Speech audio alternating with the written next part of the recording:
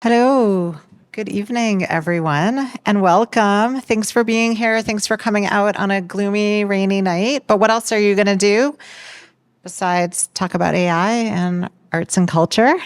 For those who don't know me, my name is Miriam Kramer. I am the Executive Director of Government Relations and Public Policy here at OCAD University, and it's my sincere pleasure to welcome you this evening to the session on AI and policy that is organized in partnership with our colleagues at Arts Etobicoke.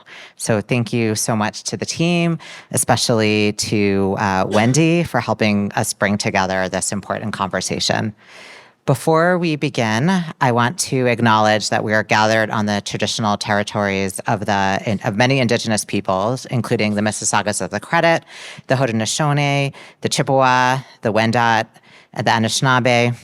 And Toronto in general is home to many diverse First Nations, Inuit, and Métis people. And today remains a place of meeting, exchange, creativity, and learning. For those not familiar, OCAD University is turning 150 years old this coming academic year. We are Canada's University of the Imagination, Creativity, Art, and Design. And today, the university is really a leader in exploring the intersection of creativity, technology, public policy, and social impact. And all across the institution, we actively are grappling with now how technologies, including AI, are transforming creative practice, education, work, and society. In addition to my role leading government relations at OCAD, I have the pleasure of leading the Cultural Policy Hub, which is an interdisciplinary policy initiative that brings together artists, researchers, government, policymakers, industry leaders, community organizations, and cultural institutions to explore how culture intersects with major public policy issues like AI, digital rights, to workforce development, cultural diplomacy, democracy, and inclusion. So a few folks from the team are also here tonight, Sam, Clara. So if you want to raise your hands and say hi, and I know that they would be delighted to engage with you after the talk. Just to put a little context here before we start the conversation, I'm sure as many of you know, just a few weeks ago, the Government of Canada released its long-awaited national AI strategy called AI for All. It's a multi-billion-dollar 5-year plan that's focused on accelerating adoption, building Canadian AI infrastructure, and positioning Canada as a global leader in this space. For artists and creative industries specifically, the government set aside a $50 million new fund called the Creative Tech Program, which the Department of Canadian Heritage is currently doing consultations on. And so we can share the link afterward, but folks may not know that you can actually input to how that money gets spent. And I know that's part of the conversation that we're going to have tonight, not just around how we're using AI and what some of the challenges that we're facing, but also how you can engage in the policy with government to influence and advocate for your needs. The strategy, as many who have read about it, and the Cultural Policy Hub did publish an analysis of it, has some significant gaps for our, in general, and especially for our sector. And it's also sparked some really important questions related to copyright, IP, ownership, data sovereignty, consent, and among other issues. And at the same time, we're also seeing surveys of artists, creative, and culture workers that suggest that AI adoption is happening gradually, sometimes not at all, sometimes more. The recent Mass Culture poll found that 30% of respondents were using AI in some way, but 60% were actually refusing to use it. A recent Work and Culture labor market profile on Ontario's culture workers found that 30% of culture workers had also adopted AI in some way. And so about a third of our sector, more or less, are using AI. They're curious about how to use it, but that also brings a number of questions around how we're using it, what are the challenges, what might some of the opportunities be, and how do we affect public policy to ensure that our rights and the ways that we're using it in our copyright IP can continue to be protected. So this evening, we're going to kind of bring that all together in a great conversation. This is the third conversation of a series that Arts Etobicoke has been convening that has been presented over the past 2 months. And I know if you're interested in hearing what was discussed, if you missed those earlier conversations, I know that they'll be sharing the recordings and this one at another time. So we hope that you'll listen to them and share widely. And hopefully this is not just a one night of a conversation, that there'll be ongoing discussion, dialogue, and ways that we can all engage together. So without further ado, we have an amazing group of esteemed panelists, and we're gonna all try to sit in these chairs and not fall off. So I guess I can call you up one by one maybe, and you can sit in. I know we decided who was gonna sit in the chairs with the backs and without the backs, so sit in the seat that you chose. Our first panelist that I'm going to call up, and this is in alphabetical order, I believe, is Anesta. Anesta is a lawyer at SOCAN, and she's an advocate for creators' rights, intellectual property, and a vibrant Canadian music ecosystem. So come on up. Yeah, clapping. Steph. Steph is the Associate Director and Program Manager at Work and Culture. She supports artists, arts workers, and organizations through workforce and sector development initiatives, and helps spearhead amazing research like the one that recently was published about the workforce and AI.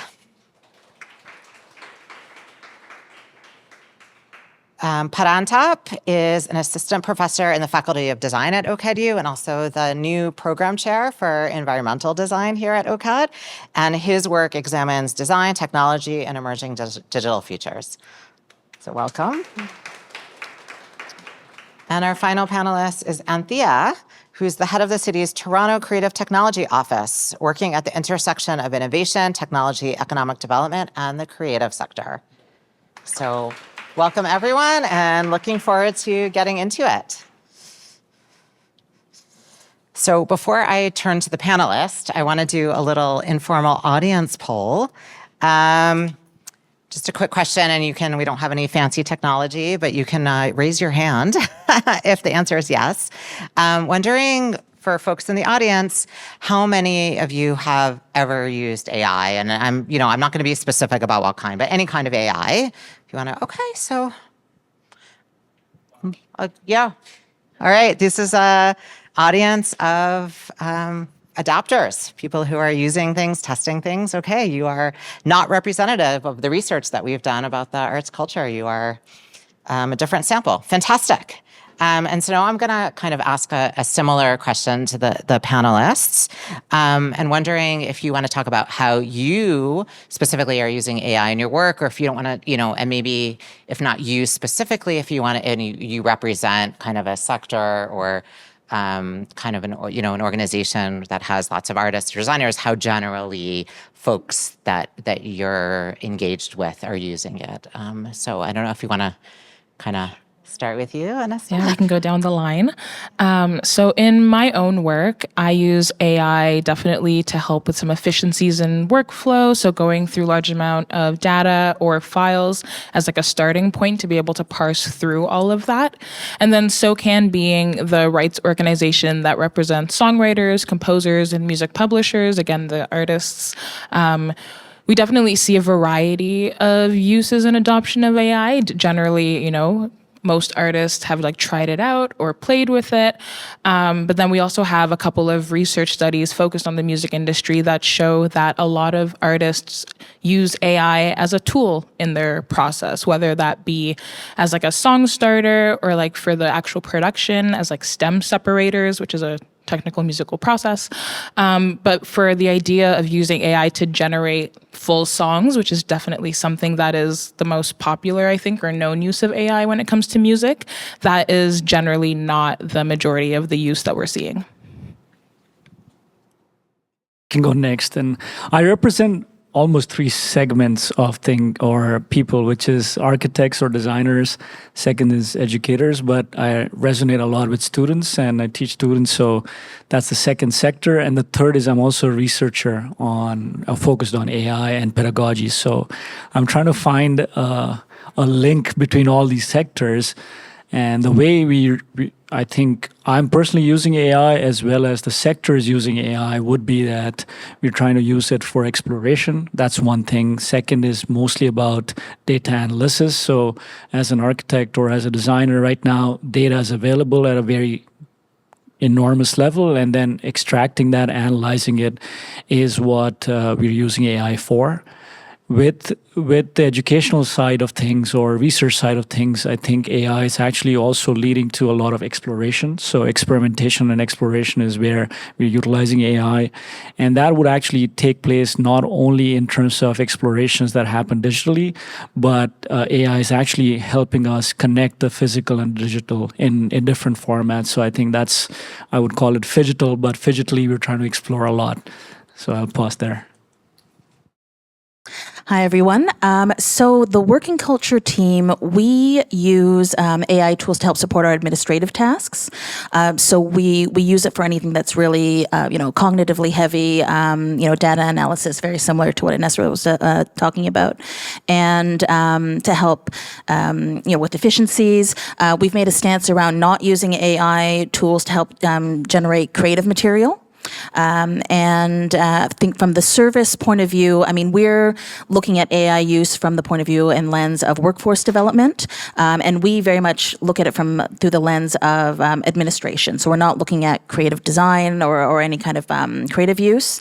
And so the way that we're seeing the sector using the tools, and we take a very broad and multidisciplinary lens to it, is very much in support of those administrative tasks, trying to find efficiencies, very much for research and things like that, and trying to synthesize and present data more effectively. So my office supports the immersive video game and esports sectors. So all of them use it quite differently. Esports, interestingly, doesn't have anything to do with AI at all, so don't have to worry about it there. But when I'm looking at sort of video game teams, a lot of them use it for process. So for an example of that might be doing audio for video games. There are so many files, and it used to be this tedious job for someone, probably an intern, to kind of go and organize all of these audio files. So for things like that, they're using it. So there's kind of changes in process that are happening. For immersive, it's really interesting because they're using it in a whole variety of ways. There's one artist that I love called Songwon Chen, and she's actually from Toronto and Tokyo, and she does work, she calls it collaboration with robots and with AI. So she does drawings and paintings with robots, and they're beautiful. But one of the interesting things is that I think she's also using AI as a way to look at AI and look at us as humans and how we create. So one of the things that really is provocative that I think she's thinking about is why we are anthropomorphizing the AI, because when she talks about it as a collaborator, people tend to think of it as a human collaborator. And she's like, it's still a robot and I'm still the artist. And so so I think there's sort of thought-provoking ways that people are doing that, which I think comes to kind of the role of the city within those contexts. So I think one of the things that my office is trying to do is just continue the conversation and be, we're like agnostic. If some people never want to use AI, that's fine. Some people only want to use AI, that's fine too. But just being able to create opportunities for people to have the conversation, to critically think about it, so they can think about broader things like regulation, how they use it, why they use it, and what effect it has on the industry. So that's kind of the place that we're trying to hold, is be able to help convene those conversations and keep the information flowing. And so in response to that, Anthea, maybe we can start with you, based on the context in which you're working and the parts of the sector that you're working with. What protections do those artists need, and from whatever level of government? And I would be curious to hear where the city is thinking on this as well. But what protections do artists need? I know the prior two conversations, there one kind of defined what AI was. The second one really got into the ethics and probably protecting copyright and IP. And we're just going to have one question tonight on that, and of course from the audience if folks want to ask more deeply on that. But just curious for where you stand. What do you see? What protections do the artists need? It's such a difficult question, and I think it's a big question. I know it's a big question. I think I think there's things that are happening that are creating protections that are from the most banal places, being insurance and legal places. But I actually think they're really valuable. I think this is happening maybe more in film and TV, but starting to bleed over into the other areas where a lot of productions aren't able to move forward because the insurance companies didn't feel comfortable with the large language models or the copyright or the various parts of the product that was there when people were using AI. So it actually slowed production down, which is not good in those industries. So basically the lawyers and the insurance teams came in and they're now, so now there's a whole bunch of companies that are creating kind of ethical and some of them ethical, some of them just like ones that they are comfortable with the copyright, kind of large language models for people to work with and AIs for people to work with. So I think the protections are kind of coming in some of those ways. But I honestly think that right now it's such a vague area and people all over the world are grappling with this. So I feel like at this stage, just really being knowledgeable about it is a big protection because, even with the Canadian government and all these new things coming in, there's nothing solid yet. There's nothing that's really tangible yet. So I think just being highly engaged and aware of what it is will really help as the world starts to figure out how to do this in a better way. Anyone else? I mean, we don't have to do it in order, but yeah, go ahead, Steph. Happy to. I think what we were seeing coming out of our research and coming out of connecting with the community and trying to respond to the recommendations is, there are pillars of credit and consent and compensation that should be kept in mind. And, outside of defined government support and policies being in place, there's a lot of things that I think arts organizations can do, the arts organizations that are engaging with their artists and audiences in terms of, disclosing where they're using it and how they're using it. So I think to Anthea's point, artists are aware of how it's being used so that they can advocate for themselves where they don't want their artwork used, or how they can define and use language to convey, what's permissible, what they need compensation for and credit for. Right. And there's different AIs too, different tools. So which ones are, again, just knowing which ones are safe, which ones aren't, which ones have stolen, which ones have consent. Any other, just again, like how can artists protect themselves? What protections do they need? Like, if you're going in order, I can jump on it. So I think in terms of protection, though, first we need to understand what protection means for artists. And I think that's something that is not defined yet, right? So I think debating about it, discourse about it, discussions about it will help us define what protection means in the world of AI, right? Because, nowadays, if you look at someone's photo taken, it's a pretty normal thing. And people before had an issue with it, but now they have consensus about it. Whereas if you're on a let's say a TTC station, you're definitely going to be documented. So it is also about, I think, the kind of approaches that we want to define ourselves in terms of protecting and what is protection for artists. That if that's starting to define or that's starting to be debated on, I think it'll be beneficial for everyone to then figure out how we can actually guide that conversation to then protect it eventually, right? So that's very crucial. And for that, I think literacy is very important too. So I think a lot of people don't understand what AI literacy is. Sometimes they're like just using it, but I've seen so many people use it without understanding how to use it, where to use it, how to cite things. There are citations available. And I think when people just use it and tend to own it without understanding what they've utilized, that becomes a problem and that becomes a challenge. So I think that kind of literacy is also crucial, along with not just the use of the tools itself. Yeah, honestly, I feel like everything you've all said covered it. I think the only thing I'll add, just from the perspective of like SOCAN and rights organizations, is again keeping, I think, that value of human artistry at the center of like the importance of that when thinking about AI, I think is something that really does shape some of the conversation around the protections for artists. Like protecting, I think when you think about what we're protecting, for sure, that's where that kind of question can come in as well. knowing what we're protecting, educating ourselves. Those are good places to start. And I'm going to probe you more as we get into this conversation, because it's really about how do we advocate, how do we affect change? Like that's kind of the theme for tonight. And so the next bunch of questions are going to be less about what AI is and how, what do artists need and how do they protect themselves, and more about like what can advocacy look like? What should it look like? Who should we be advocating to? And so on. So I want to start with, this section of really like talking about what does artist advocacy actually look like. And the word, when people hear the word advocacy, they often imagine maybe lobbying governments, or there's a very particular thing I think that comes to mind, but it can take many forms. And so I want to ask the panelists here, what does effective advocacy look like for artists concerned about AI? And again, it doesn't necessarily have to be toward government. It could be for themselves in their organizations, but I don't know. We can do it popcorn style. I don't know. We want to continue going back and forth. Anyone have a... Yeah, Steph. I raised the microphone higher, so I win.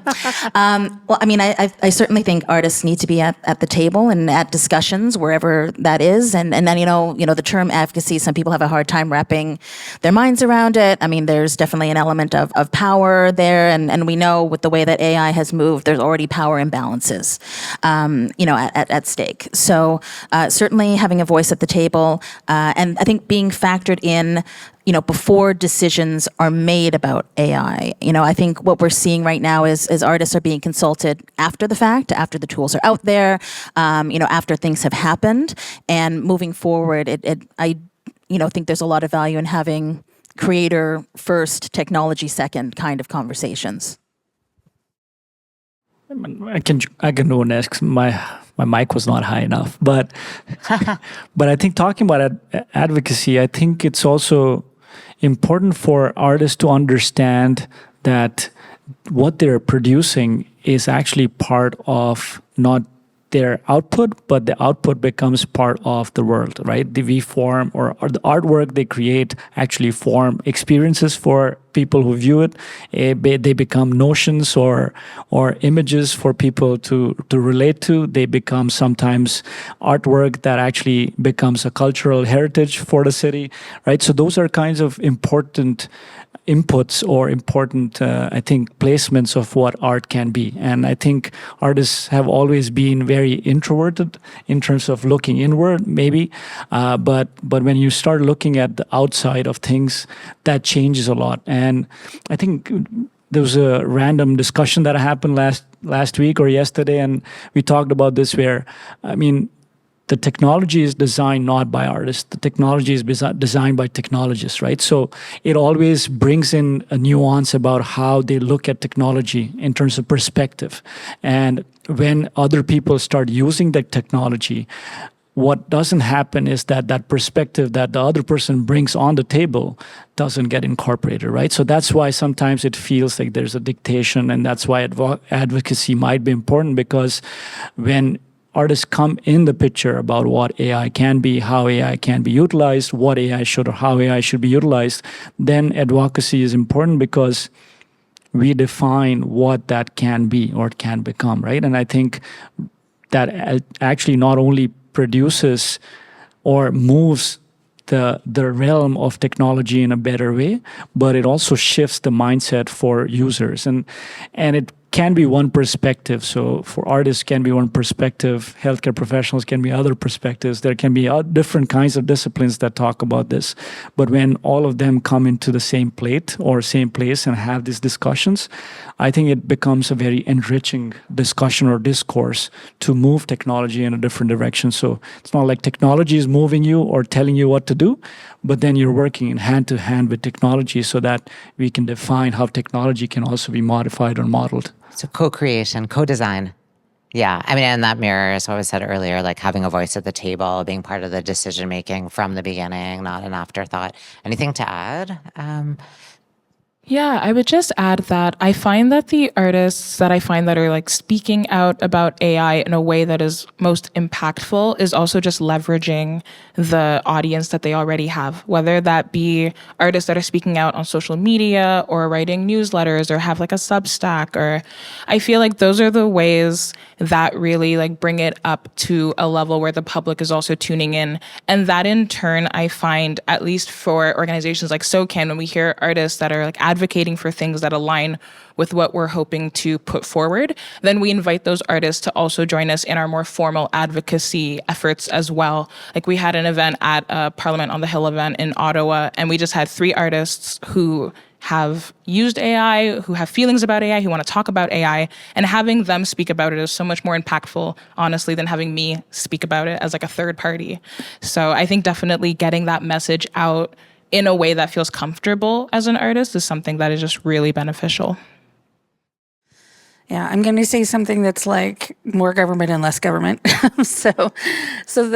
mean, one of the things which I think I was saying to you guys the other day was like, we made this, like humans made this thing, and sometimes we get, I think, and I think on purpose, we're sort of led to believe that technology is beyond us, that it's not changeable, that everything about it is inevitable, but everything about it is changeable because we made it. And I think sometimes just taking the barbs out of that and realizing that, which doesn't mean there's not a lot of power or money behind this that is shaping it and trying to kind of put it out there in a particular way. But I think just sort of taking some of the fangs out of it a bit sometimes can help to just make it feel as though we can make changes in this. And I do think I agree with all of you that artists have a particular way of doing this. And everything from, like, I'm working with some artists that their big thing is that they don't want there to be any more boundaries because they actually want to be able to go into the code of the AI and change it. And they don't like there to be any guardrails in there.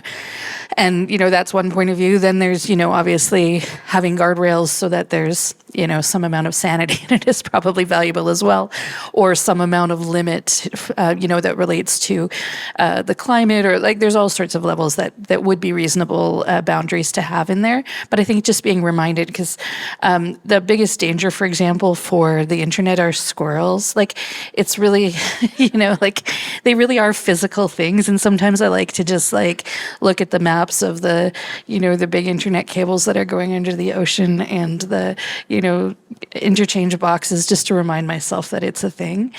And on the other hand, I do think that particularly right now, it's a great time to have your voice and go and talk to these, fill in the surveys, go to the meetings, try to affect policy, because I do think that there is a movement around that, and I do think that we do need to come from all angles to make sure that we end up with a system and a tool that's valuable for us, that's ethical for us, that allows us to share our creativity.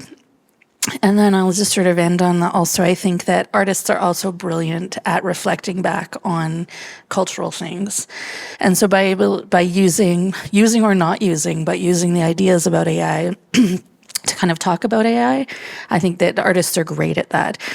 So I think just kind of keep making and keep thinking and keep trying, and just keeping the conversation in the public milieu in all kinds of ways is really the most valuable thing we can do. Those are all really great answers, and appreciate the need for artists to be there at the beginning, having perspective at the table, kind of co-designing and sharing their stories and experiences, and working closely with organizations that may have more power and access, but working together. And I want to dive a little bit deeper into some of that, because that kind of created a frame for what advocacy should look like, and how are some of the ways we should do that. And I'm wondering if there's a little bit more to say about how like individual artists themselves, because I think we have a crowd of a lot of individual artists here, and some people from local service, like art service organizations and some other organizations, but really it's about individuals and their voices. And there's often this feeling that like, what can I do as an individual? My voice won't matter, like especially when you're up against big tech or even with government. So what's your advice based on your experience for how, and we heard a little bit of this already, but how can individual artists turn their concerns into collective influence? What are some of the ways that can help them, or some of the ways that you in the work that you do can help facilitate that folks in the room who might have similar concerns can engage in? Okay, mic's up. I think Mic's up. I think the first thing that individuals should start to do is share, right? Share their experiences, share their concerns, and it can actually start from a micro thing, but then become a macro wave, because once they start sharing their issues, their concerns, they can talk to fellow artists, collaborators, researchers, educators. That can actually expand upon larger things where we start talking about things in communities, cultures, and that can actually lead to larger things. So, I mean, if you start looking at a very bottom-up approach where you can start looking at or debating things or sharing ideas in a micro level and then help create a larger impact, that helps. Now, technology, again, is also something that can be leveraged, because you can shift that to macro, and then sometimes you've heard this, a video got viral and everyone's knowing or hearing about it. Same thing can happen with social media or technology. I think if people are having or responding to surveys online, people are sharing stuff on social media and commenting on there, and there are a lot of forums out there where actually people are looking for artists and designers to actually comment and share their knowledge, right? So I think those are avenues that the artists shouldn't be afraid to go and have a conversation about. I think some of those platforms are actually really meant for genuine care and genuine sharing of ideas that can actually help create a larger impact. So I think that's what we should start thinking about. No, and I agree with that. And I think, one way that artists, can become more involved. I mean, doing it right now. I mean, being part of these kind of events, being curious. And the thing is that, curiosity isn't necessarily a straight line to adoption. Right. And I think keeping that in mind, there's a lot of opportunities to learn, to talk to one another. And, I think organizations being able to do these kind of gatherings is very important. Certainly working culture looks at it from a provincial lens. And, we're looking at it from the point of view that, the AI tools and AI adoption, AI changes are outpacing readiness. So anything that we can do to remain engaged, keeps us as part of the conversation. Yeah, I mean, I like that comment about the role, because I was going to ask also, like, what kinds of organizations, like, work in culture, maybe SOCAN, Arts Etobicoke, like, what is the role that these organizations can and should play to help mobilize, galvanize the individual artists in this conversation, in the advocacy around AI protection, right? Yeah. Absolutely, because I think, there isn't one set policy that's going to help us guide through this. It does have to be, at a discipline level, at a regional level. We know that there's also uneven uptake, right? I mean, if we look outside of major urban centers, where there isn't high-speed internet, uptake and adoption looks very different there than it does in a city like Toronto. And understanding that is very important. Yeah, just to add to that, I definitely think that, again, as artists, you have different organizations that are saying that they represent your interests. So being vocal about what those interests are then shape what those organizations do. Like, we're seeing, even outside of Canada, that like certain regulations around AI are being pushed back. They are deciding to move away from the more tech-specific, maybe, regulations towards something that maybe favors the creative industries. And that's happening because organizations are speaking out, but those organizations are representing the artists. So at that like foundational level, having the artists be vocal, leverage the different organizations that support your interests, that I think is really key to affecting the kind of change that you want to see. I think all of those are great. And I think just to add to that as well, everybody's learning, so just assume that everybody's learning, and whatever stage you're at now is perfect. Like, just dive in with that. It's, I don't know, what's that adage of like building the sidewalk as you're running along it? And I think everybody in AI is doing that. So just kind of, yeah, taking your curiosity, finding a group that's interested. If the groups that advocate for you are not, then, get in there and either let them know that you want that. And if they're not doing it, there's tons of other people that are. So just kind of, I'd say just, yeah, follow your curiosity, grab hold and dive in. Okay, I'm going to do another audience poll. It's how many people in this audience have participated in in some form of advocacy in the past, let's say, a year? Whether that's a public consultation, signed on to a letter, submitted feedback on a policy, or have spoken to an elected official about an issue that's affecting them. All right, so pretty decent amount. So quite an activist, engaged audience. That's fantastic. So hopefully leveraging some of the tools and the ways that we've been talking about, and doesn't necessarily, again, as we've emphasized, it's not necessarily always government as your audience. It can be different organizations that meet your needs, working in coalition, working together, asking, an organization that's supposed to be representing you to ensure that it's your story, your needs are being met, your ideas are being heard in those conversations. But let's move back a little bit and kind of ask ourselves, like, well, what, and I know it's maybe the audience that we should be asking, but we'll ask the panelists, what should artists be asking for kind of in these conversations? Like, if the artists could collectively advance maybe 3 priorities around AI over the next few years, like what should they be?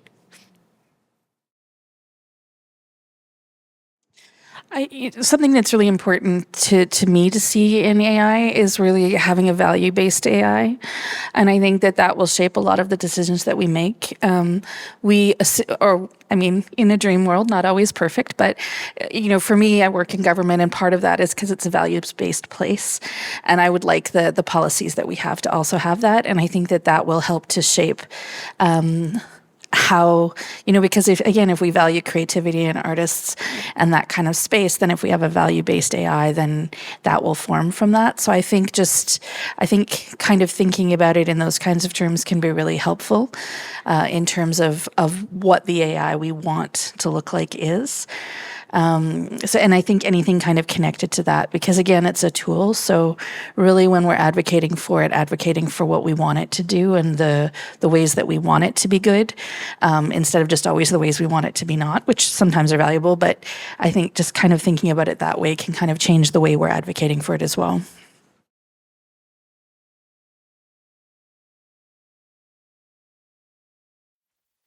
Anyone else? Yeah, I'd say that one of the big ones, I think, in like the work that I do and the work that I think rights organizations do, is obviously there's the copyright aspect of it, but I think more broadly just advocating for more transparency. I think the knowledge of how an artist's work might have been used in the way of like training different AI systems, or how it's like affecting the creation of AI. I think that the agency of an artist over their work is something that is really important. And I think that ensuring that is not put at risk is something that I think about a lot. And I think that advocating for that also is something that is currently being appreciated by governments across the world. So like transparency is almost like that entry level, like not too hard to implement. And I think there is a benefit to starting with the thing that is almost like across the board. There's some agreement, at least on the creative industry side. And starting with something like that where it feels like tangible and accessible for governments is something that does go a long way as well, as opposed to, asking for the world and maybe not getting it. I mean, I can talk about one thing which is very crucial is maybe reliance, right? So, I mean, again, bringing personal experiences through it. And I'm working on a research project and about like how education's shifting with AI and how we can like look at different frameworks of working with AI. So I think reliance in terms of technology is a very important aspect. Sometimes students, users tend to over-rely on technology, right? So I think if we are conscious about it from before, that would actually help us make sure that we don't reach over-reliance and then go back to policies and actually flip it again. And that's happening nowadays. I mean, we've seen a lot of, I think educationally, we're seeing a lot of people being reliant on actually digital technologies or tools, and that's actually causing a lot of cognitive offload. So they actually are now bringing back notebooks and books in class. And I also, sometimes it's funny, like I teach a course which let students explore AI, but through research and through explorations, we understood that restricting them is more beneficial than letting them just go loose, because allowing restrictions at certain bits helps them define how they can actually leverage it. And then they start critically thinking about AI itself. They think about critically using it. They also are critical about the AI itself. So I think those kinds of things help us or help artists and designers become less reliant and more resilient, more independent. And I think that would be something that I personally would want to advocate for sure, because I think, yeah, if you over-rely, then it can actually cause multiple issues that we don't want to tackle in the future. I would rather tackle it in the present. And maybe if I can just reinforce something that Parent said earlier, I think artists should be asking for literacy, but at the same time, I mean, recognizing that learning about these tools, learning whether or not to use them, how they affect their careers and their work development, I mean, that is work. So I mean, also asking for the resources and the funding to be able to learn and to understand how these tools, affect their work or are embedded into it or not. Wouldn't it be nice if instead of us, always seeking funding to experiment or innovate, we could actually have funding for capacity building and developing policies and guidelines before we actually get to the innovation? It's a great list. Ethical AI, transparency, agency, boundary making, I'll call that. It was literacy and funding to actually do the work to build the infrastructure that we need as a sector to adapt these technologies and really understand how to protect ourselves. That's great.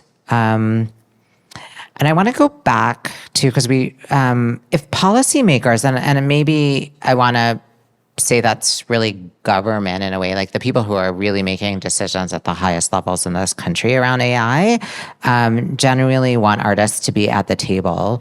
What should they be doing differently to make sure that they're there? I mean, we talked about like inviting them in early, co-creation, co-design, but what would you say if they said, well, tell us, how can we be doing our policy better?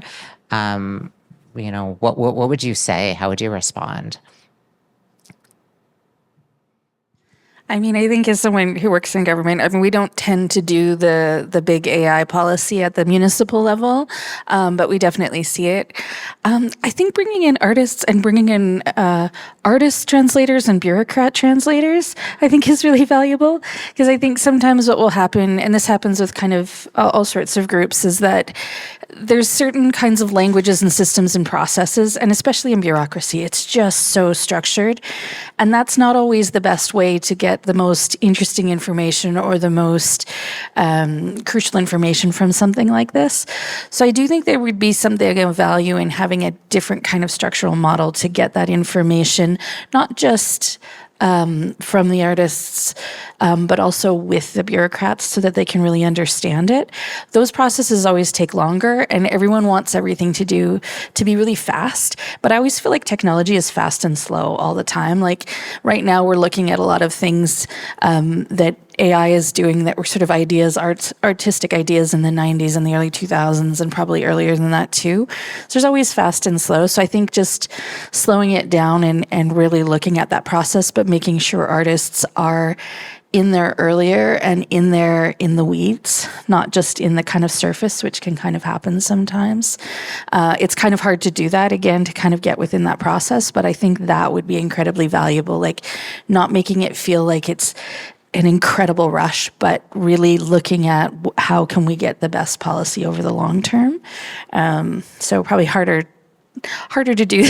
Yeah, I mean, maybe I'm hearing what you're saying is that we just need artists and creatives embedded in government, like always, right? And it's not just on we need your help or your consultation on this particular issue. It's just, a way, what you're suggesting is embedding them in it so that they can affect how the processes happen all the time, which I love, and we should do it. You should do it. Hire some artists. You have artists, I'm sure, in your department, but...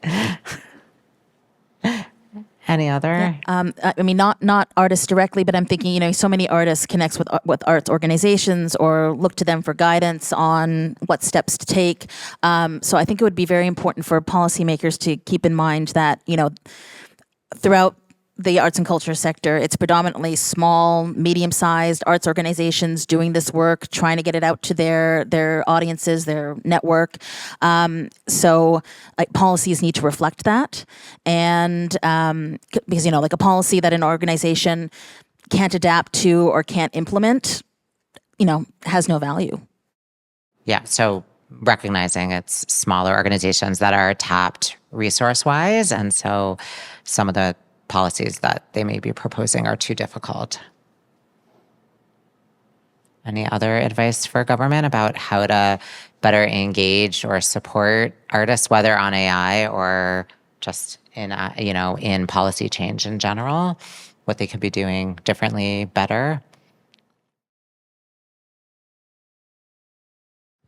Okay, I mean, I can brainstorm it right now, but I think a very important aspect is that artists might not be understanding the process of bureaucracy, as Anthea mentioned, but they are very attuned to how people react, right? I think like the biggest, like if you look at like Banksy, right? For example, like you can see that there's a lot of provocation happening there, right? And with an intervention that happens at a public level, actually that people resonate to that more compared to what the policy is, right? Sometimes people don't care about the policy than that. So I think there should be a medium about how these things are communicated and then transition to policy. So I think that in between is where I see it's always a missing point, right? Like they suddenly like transition or talk to artists, do a survey, maybe have a feedback form,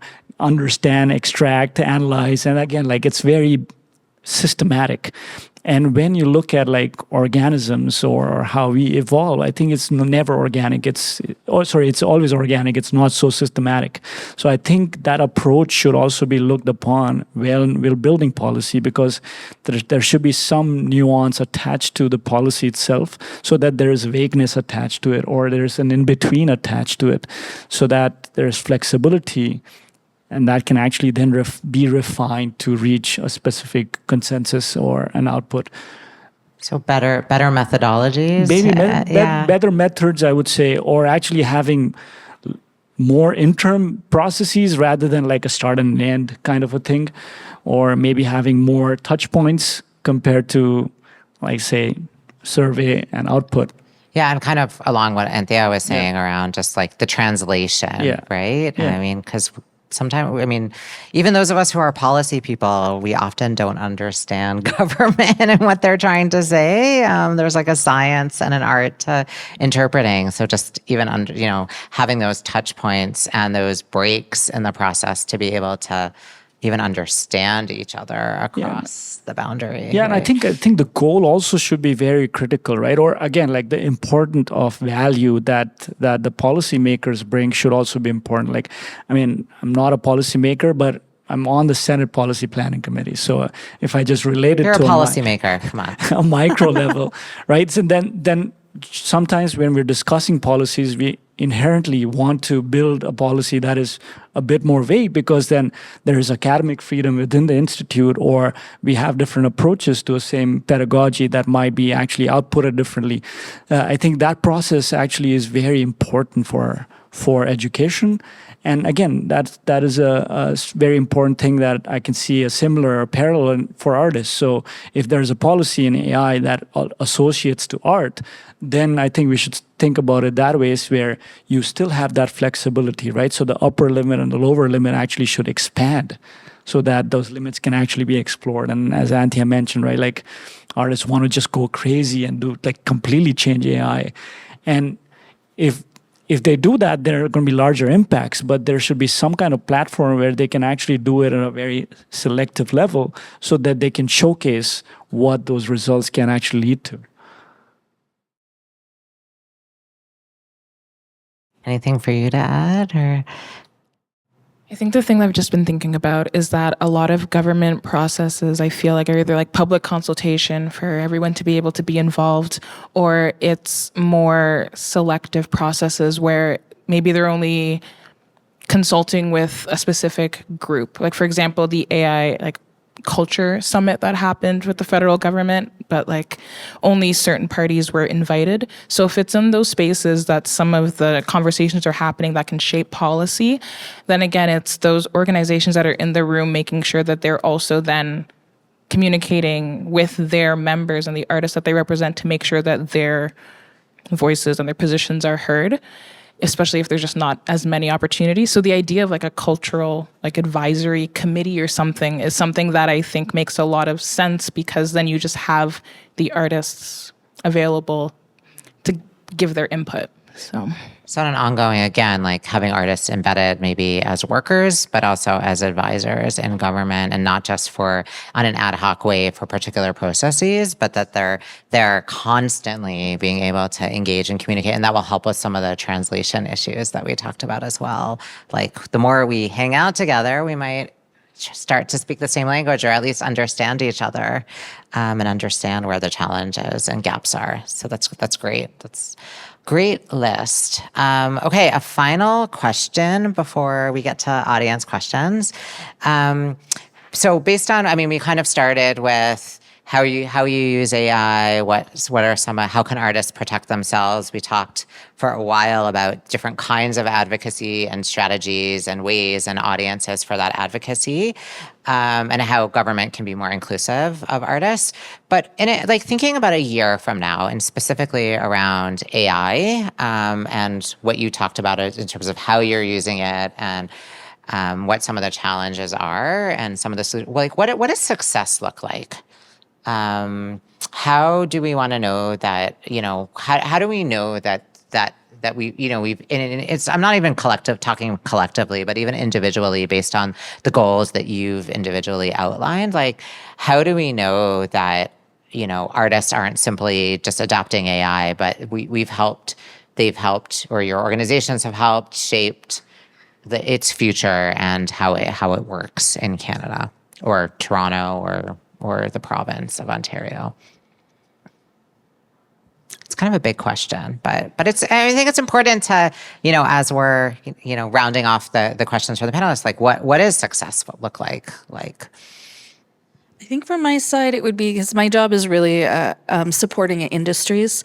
So having the companies that I work with have enough policy that's clear to them, that they understand how to use it, so they can either choose to use it or not within their businesses, and that it's not slowing down the work they're doing. I think there's that side of it.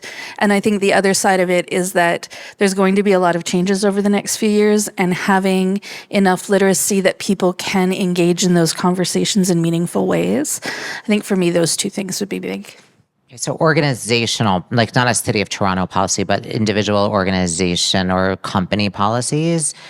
I was thinking more like sort of when the federal policies start coming in and start being more clear, like just that we have enough of a general literacy that we can either use them or, give more feedback about them or whatever, but it's enough that people are feeling comfortable with it. So it doesn't feel like this scary other thing, but that they can, their voice is strong enough in it that they can use it. Got it. I think similar to Anthea's comment, I'm thinking, a year from now, it'd be really great if arts organizations were clear about, what kind of policies they have to put into action. And maybe it is starting with those kind of value-driven kind of guidelines and thinking about how they connect with their artists and how they manage, credit, consent, compensation. They have a clear understanding of it. Maybe quite selfishly, if work and culture has a role in helping develop that a year from now, I think that would be ideal. Particularly if we're looking at, templates that people can develop and acknowledge that we're learning alongside people that are going to be at it at different stages. I think we talked about it a bit earlier. So, yeah.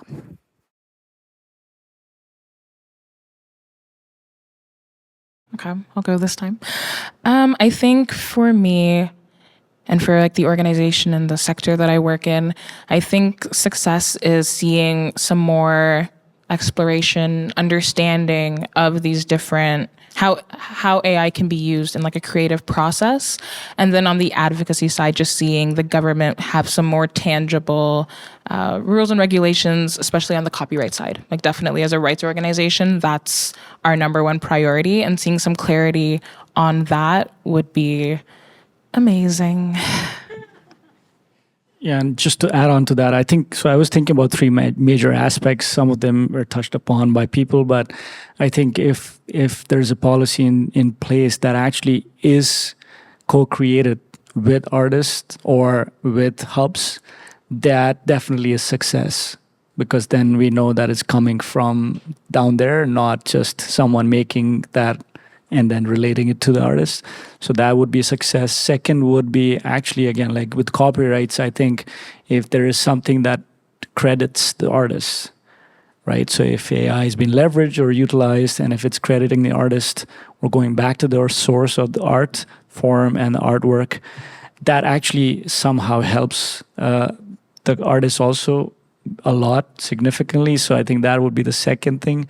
And the third, I think the larger aspects, as you mentioned, like the federal level or let's say for Toronto, I think I would want to see that there's more collaboration happening because of that. So if there's collaboration happening, I think that's success for sure. Great. Those are fantastic answers to round off my questions, and looking to hear from the audience. I have no idea how we are on time, but I know that Sam is going to be walking around with a microphone. If you want to raise your hand, if you have any questions there's one up here. First, I want to thank you, all of you. It was very informative session, and particularly thank you, Art Etobicoke, for creating this opportunity. Maybe my question related to you, because I heard most of the discussion was about the artist policy, artist advocacy and protection, this stuff, but related to my interest, it's AI and pedagogy. My question is, the attunement of the education with AI. I mean, as we know, AI is just developing very fast. We have different form of AI. Most of the students use AI, although some professor again has a sensitivity of that. Some of them get signature not using AI in assignment, but I'm pretty sure that students use AI in different way. So how I think how it's under the control of educator that they can create attunement between how AI develop and how our education need to be changed, because the education is not, it shouldn't look like the same with the existence of the AI. So is that under our control? How can we be successful in just making this attunement between the development of AI and how we can make a change in education setting? Thank you so much. I think very interesting question. And I think just to address that, I think the first thing is taking responsibility, right? So as an educator, if you start becoming a bit more responsible, then I think you'll start to get answers. And the answers might not be very straightforward, but I think experimentation helps. So, I mean, when I talked about the framework that I'm developing, and I recently published and showcased that at the Teaching Expo, where I was trying to talk about augmented cognitive design. So it's actually where you're working in conjunction with AI. So you're collaborating with AI in terms of how you're thinking. But because of that framework that's been developed, again, there are restrictions that you as an educator can impose or actually build through the roadmap so that students are not very dependent on the use of AI, right? And that's just me as an exploration or what I'm trying to do as personally. But there are multiple other educators trying to explore multiple things, right? I mean, I recently heard about a few new newsletters where they were talking about like examinations now being very analog, and they're like, okay, no AI, no computers, write on paper, right? So go back to the old age. And then the results were astonishingly very, very bad. So I think that is also, again, very crucial for people to understand, right? And once that's happening, I think the students also realize it. So when AI started coming into place, we started exploring it. And then we realized saying, hey, you know what? The dependency or the outputs are pretty similar. Again, because that's how the structure of the algorithm is or how the tool is.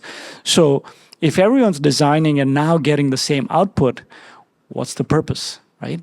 And that's where you start questioning AI. You start questioning what the construct of it is, right? And then once that happens, criticality becomes important, judgment becomes important. So the way we used to actually analyze and look at tools has shifted now, because now our skills have shifted, not about use of the tools, but they're like understanding the tools, being critical about the tools. So I think those kinds of discussions would be very beneficial at educational level. And I think policy is not just for artists. I think for education also is pretty important. Thank you so much. Any other? There we go. Got a couple questions over there. Hey, yeah, I guess I have a few circles that seem particularly affected by certain aspects. This is largely large language model thought around those, but kind of dynamic facilitators and kind of people who do a lot of facilitation work seem to be particularly prone to the kind of way that just really shaped by conversations with these things and kind of a strange relationship, but it doesn't always feel healthy. I guess I'm part of me is quite glad that creatives have had a kind of like immune response, because I feel like there's a certain sort of creative and intuitive person who's kind of really prone to like have a strange relationship with these kind of speaking machines. And I'm curious if in your lives you know of people who you think have unhealthy relationships with AI, if that's something that's in your circles as you're kind of thinking through your policy things. Not to be judgmental, but just, things that are concerning. Yeah, thanks. I mean, I think I'd say not to be sort of super governmenty, but I think it does go back to policy, because I think there's probably a few people in my life that I'm like, maybe you're a little too friendly with your AI. But it's also was fascinating because that's one of the things they can shift. Like they found that because the AI was being so sycophantic to people, some people actually really didn't like that, and some people loved it because it was just telling them they were amazing, their ideas were the best, and they've actually turned that down. So they've actually changed that in the AIs because it was too much. And so I think that that's where it goes back to those values of what do we want this tool to do for us as a society, and thinking about it more broadly that way. And I don't exactly know what the answer is and where the level is. And some people marry roller coasters. Like I don't like. There's just going to be those people out there. But this one, obviously, because like you said, it's a speaking, engaging kind of tool. It does that. But I think again that goes back to what do we want as a society for this tool to do, and where are those guardrails that we feel comfortable putting in so that we don't lose people out of our society that just become only connected with these machines. It's a really interesting question. It makes me realize that, I anecdotally, I don't think I have people in my circle, in my professional or, personal artistic circle who have an unhealthy relationship with it. But it does make me realize that in conversations that we've had with people outside of the sector in different industries that are maybe adjacent to or completely separate from the arts and culture sector. We are seeing an over-reliance on AI for administration to free up time for those efficiencies without the human intervention, or thinking that because it's just administration, it's neutral in some way. And then so having conversations with those people to remind them that, if you are using it to create marketing copy or storytelling and things like that, there's a bit of a blurriness to it. And having those conversations with them is very helpful for them to realize, oh, we are kind of bridging into the creative, and it's not just administration. There is overlap.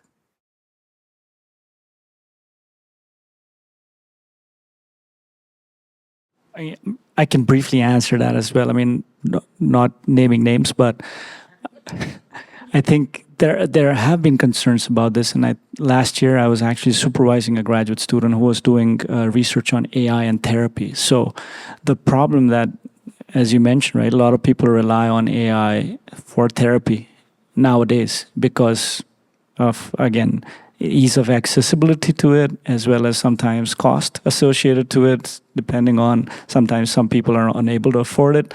And that does cause psychosomatic issues, right? Like psychological concerns, social concerns. I mean, there's an epidemic that Japan had ages ago. I'm not sure if you've heard about the hikikomori epidemic, right? Where people are actually isolating themselves because they're actually like not wanting to socialize. And I think something like that actually was also a concern. And Anthea pointed that out, where AI actually, or people who are actually constructing it, are also trying to monitor it and always advancing it, right? Because there are definitely a lot of concerns with these kinds of tools. So yes, I'm contradicting myself as well in the conversation, but I said artists should actually be outward looking because they're inward looking, but society should actually start doing the reverse. They are very outward looking. They should start inward looking, and by inward looking, they should be critical about themselves, right? So I think that's a change that, like, it's a contrast, but I think we have to jump between the two contrasts of the pendulum to improve, I guess.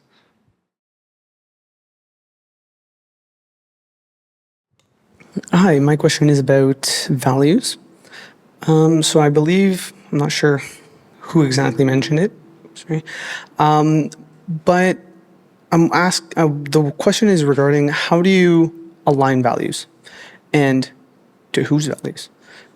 Because what we value here in Canada varies to US, varies to France, and just to add on that, most of the alignment that comes in most of the values isn't done by artists, isn't done by the public. It's done at the back end of these companies. Each model or each company tends to have its own value system. So a lot of the North American LLMs are more Protestant, and each one, you can even tell, is a bit more left or right leaning, depending on who builds it. You can imagine where Grok is. So yeah, kind of an open-ended question is, how do you align with the values, and which values? I mean, great question, and exactly the kind of questions we should be asking. And I think this is where kind of the regulations to kind of take back some control from the tech companies is really important, because I think that, yeah, we've just kind of become what they've created without understanding enough about the systems to be able to put value in there. I still very much believe in democracy, even though it's a little wobbly in the world right now. But I do think that there are some systems that we can use that might not get us perfect, but can get us pretty good. And in terms of what those values are, I think this is where it's also difficult because we're much more global than we were, but we're still operating within regulatory systems that are nationwide. So I think these are the next big questions that we we all, like writ large around the world, need to figure out. I mean, if you look at some countries, like if you look at China, for example, with their TikTok, they actually have a very controlled amount of time that the children are allowed to use it. And they've had that for many years. And so there are things that are being done places within the technology itself to create something that a value that they want in their society. For me, some of the things that I would love to see is I'm very concerned about the climate, particularly with the last few weeks around here. It's made me very sad. And you could do things where you could say, like, when it hits this limit, then nobody gets to use it for a little bit until we're like, there's ways to kind of put those kinds of guardrails in if that's one of the values that we generally decide we want to follow.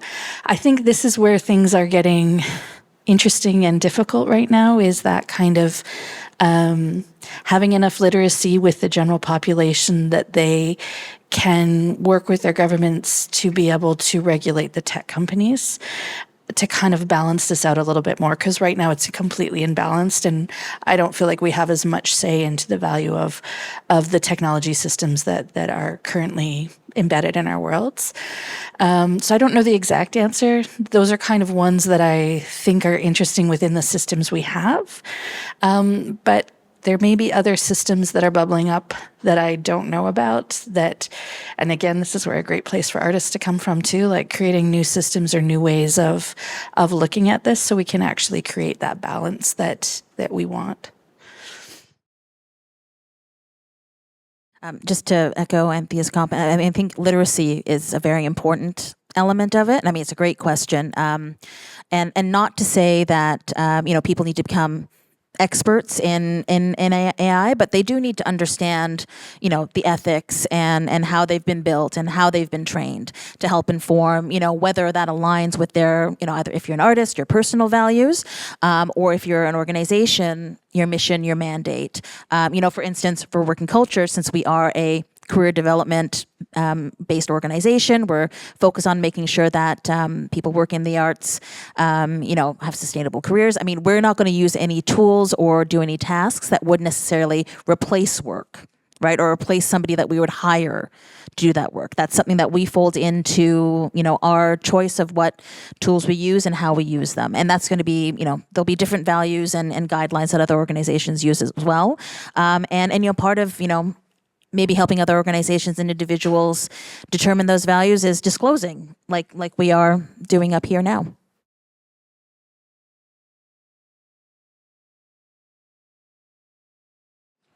Thank you all for a really interesting and engaging conversation. I have a question that kind of bridges on what you were talking about before, and I'm actually interested in this from a legal perspective, the idea of accountability and agency. So, what examples do you guys have of accountability in the legal system or otherwise, even when you're talking about the changes in the tone of a lot of the large language models? Who are these accountable players? Because a lot of this feels sort of, unreal, but there are people and places and things. So who's being held accountable currently? Who ideally do you think should be built into this accountability? And then as individuals, what can we have agency or accountability over as we're trying to affect change? It's a loaded question, but I would say we don't have any specific person accountable, right? I think that's the whole thing. We don't even have institutions or organizations accountable yet, because it's still such a, I would say AI is part of the system already, but it's still new in terms of how it's being built and utilized. So, I mean, the question you're asking has no answer, but we should be identifying an answer to it. I think collectively, I think that's more crucial than anything, because I don't think I personally have in mind that there are people hold accountable or held accountable on how things are being built or utilized. And again, you might have heard the stories in news and stuff. There are whistleblowers, there are top people are talking about it. So I don't think it's also individuals who understand it, who are part of the organizations as well, right? Because some of it is so complex that to dissect it and understand what the repercussions are, is a larger project in itself. So I think that's something that collectively, again, like users, people, governments, cultural organizations should identify, so that helps us identify what accountability would look like or mean like. Going to disagree a little bit.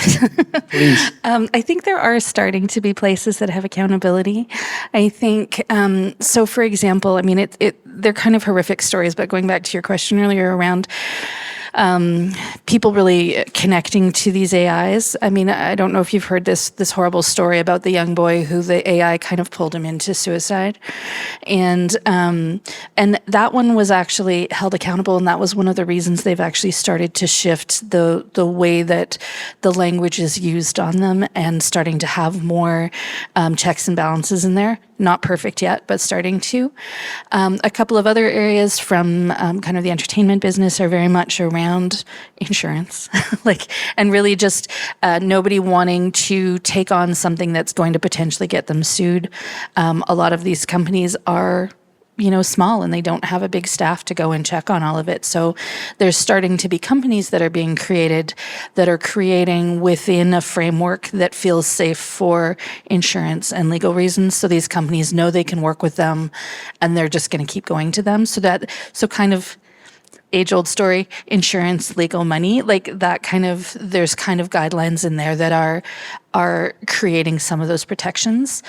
And then there's starting to be some lawsuits, and I don't know if you know more about this than I do, but I'm finding it really interesting. So if I get it wrong, please tell me. But there's starting to be lawsuits against things like Meta around, before the thing that people were suing them for was for the content. And they kept saying, we don't make the content, we just make the structure.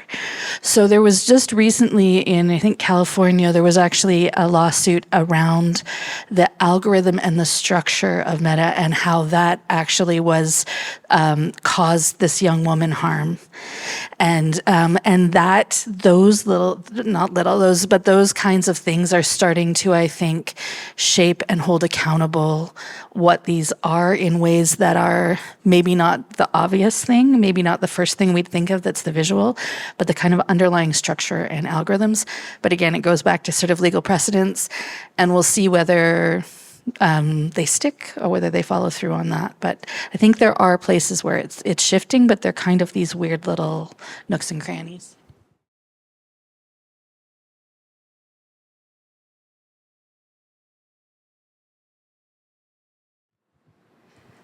Yeah, so just going back from kind of how the whole panel was introed, talking about how Canada is at this position that we're trying to use AI as like an economic force. I feel like, especially in the last few weeks, there's a question now of when it comes to advocacy as artists, what does it mean then to go against this AI as a means to create economic growth when the arts in itself is not a sector or like, a practice that's considered to bring economic growth in itself. How are we supposed to necessarily advocate when we're not really looked at as something that would create value in that direction as well?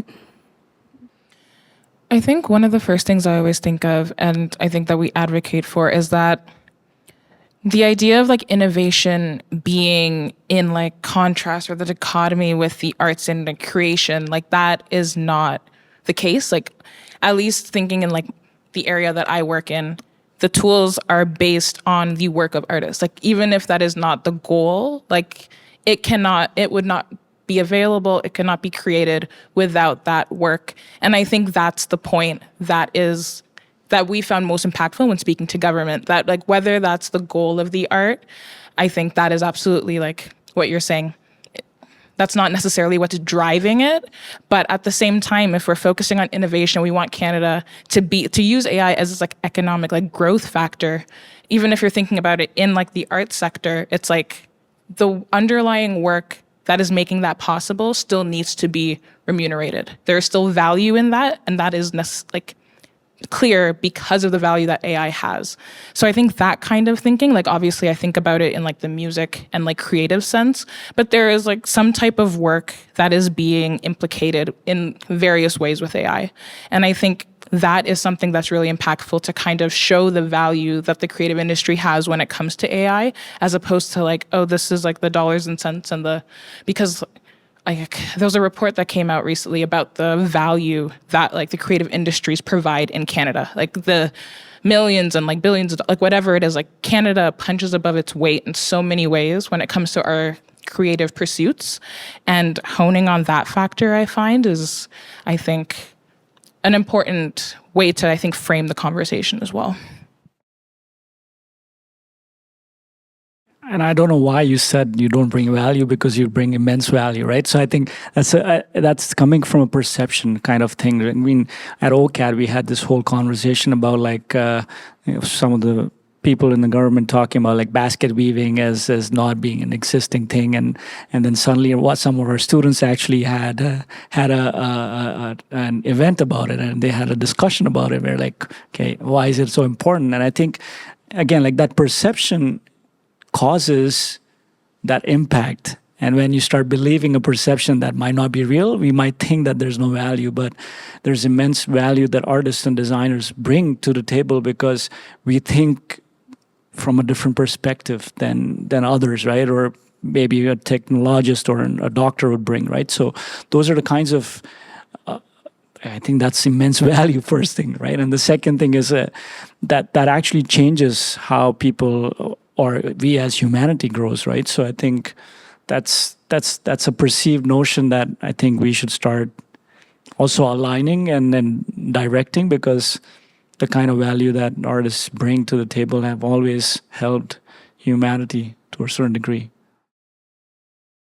And AI isn't a creative force. You know, it's building on all of our creative force. It's all in the past. It feels like it's the future, but it's all in the past. Everything AI has is stuff we've already done. And I don't know what it looks like yet, but I feel like there's roles for artists and creatives and designers as we're moving forward, because they're always going to do things that this technology can't do. There's lots of jobs that this technology can cover off, but that's not one of them. And I think we're going to find that kind of critical thinking, creative thinking, being able to make, being able to, you know, think and do, like all those things together are going to be a really powerful skill set as we move into whatever we're moving into next. Right. Hi. So historically, we've seen these digital trends, Bitcoin, NFTs, and now AI. And they've all gone the way of the dinosaur, where they've gone kaput after a couple months or a couple years. Would you see the same thing for AI in the near future? Because I know it's prominent now and it's integrated in everything that we do, and especially in the arts. But do you see it going the way of the dinosaur? I don't. And the reason I don't is only because it's not a system, right? Like I think there's more to AI, because it has multiple aspects to it. It can be looked at as a tool. It can be looked as a system. It can be looked at an aid. It can be looked at multiple things, and that's the only reason I think it doesn't fit in that category about like Bitcoin or NFTs, because there are multiple uses to it, right? And it can be individualized, right? So the NFT actually was also individualized, but to an output, whereas with AI, actually it individualizes to the process. So if it individualizes to the process, then actually individuals can actually modulate it accordingly, right? So it's like driving a car. Like for some people, cars might not be required in the next 10, 20 years if everything's autonomous, right? But people would want to drive, right? And that's the way I look at these systems, right? I think if people can still use it as a tool, then they would still keep it. I just want to add that I think tool is like, for me, the operative word. I think that similarly, I don't think AI will not be an NFT, I don't think. But I definitely think there's something to the idea of like generative AI when it comes to creating music and creating art, and how that is going to develop over time, and whether it's something right now that is just like interesting and cool and different, or whether there's actual use cases for it, I think that time will tell a little bit. But when it comes to, I think, a lot of the other uses of AI, I think I see that as something that will be significant, in my opinion. No, and I tend to agree. I mean, it's not going away. It's been around for, you know, a lot longer than I think a lot of us think. But you know, the speed with which generative AI has grown, I think it's what we're really concerned about. But the way it's being used is not. I mean, its future is not set in stone. Right? I mean, when we have these kind of conversations, when we advocate for its use, how it's used, how it's monitored, how it's regulated, that can still change.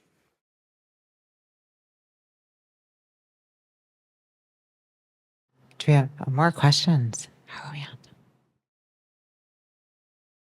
Yeah, I'm just wondering what the space might be within the conversation of AI and policy when it comes to artists who actually utilize AI as a medium, like with integrating their own coding or developing their own large learning language models. And yeah, how that might fit into this dialogue from a different perspective rather than a tool, but as a medium for creation. I think this is where it bends bureaucrats and policy people's brains, because I think in some ways it's very easy to see like a generative AI image and people to go yes or no to that. But I think getting people to understand that people are actually playing with the code, I think that's really difficult. And I think particularly with these questions about guardrails, because yeah, like I know artists that want to get in there and just play, and they're very frustrated because they feel like they've got all these guardrails on the current AIs that exist. But yet, if we just have a complete free-for-all, then we know that some of the issues that can have with that. So I actually think that's where a lot of really interesting questions are going to come out of, and a lot of really hard decisions, because I think sometimes what happens with that is when it gets so complicated, then they just kind of go, oh, we'll just go with this policy. Like it gets just too much. So I think being able to have people that can articulate what is the value of that, what that looks like, and start to get people to experience what art like that feels like and thinks like, I think those will be really valuable for that part of the artistic community right now. Because if it gets too hard, unfortunately, I think, yeah, sometimes they just don't want to delve in or spend the time to really get it. So I think just kind of pushing those up to the surface and keeping them in the dialogue will be really valuable in terms of how these new policies are developed.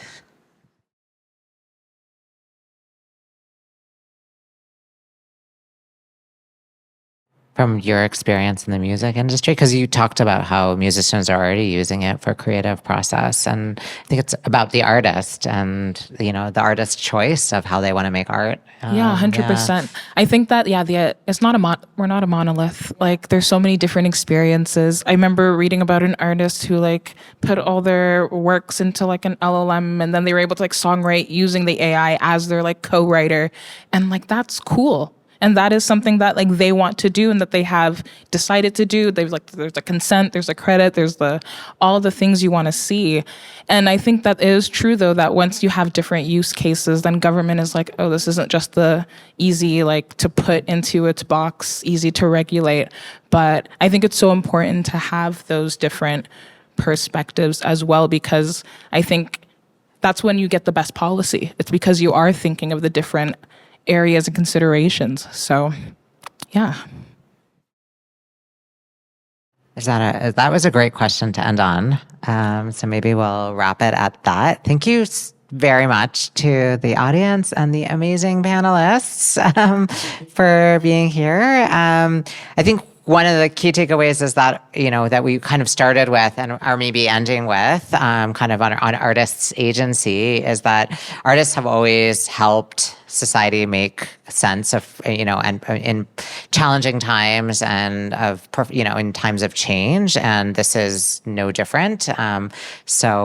Thank you. This was a great conversation. I think we touched upon that in many different ways, and looking forward to ongoing dialogue. Thank you so much to Arts Etobicoke for initiating this conversation and bringing us all together, and to the fantastic panelists for your insights, and to the audience and the great questions that came from the audience, and wishing everyone a great night and a dry walk, ride, or however you're getting home. Thank you.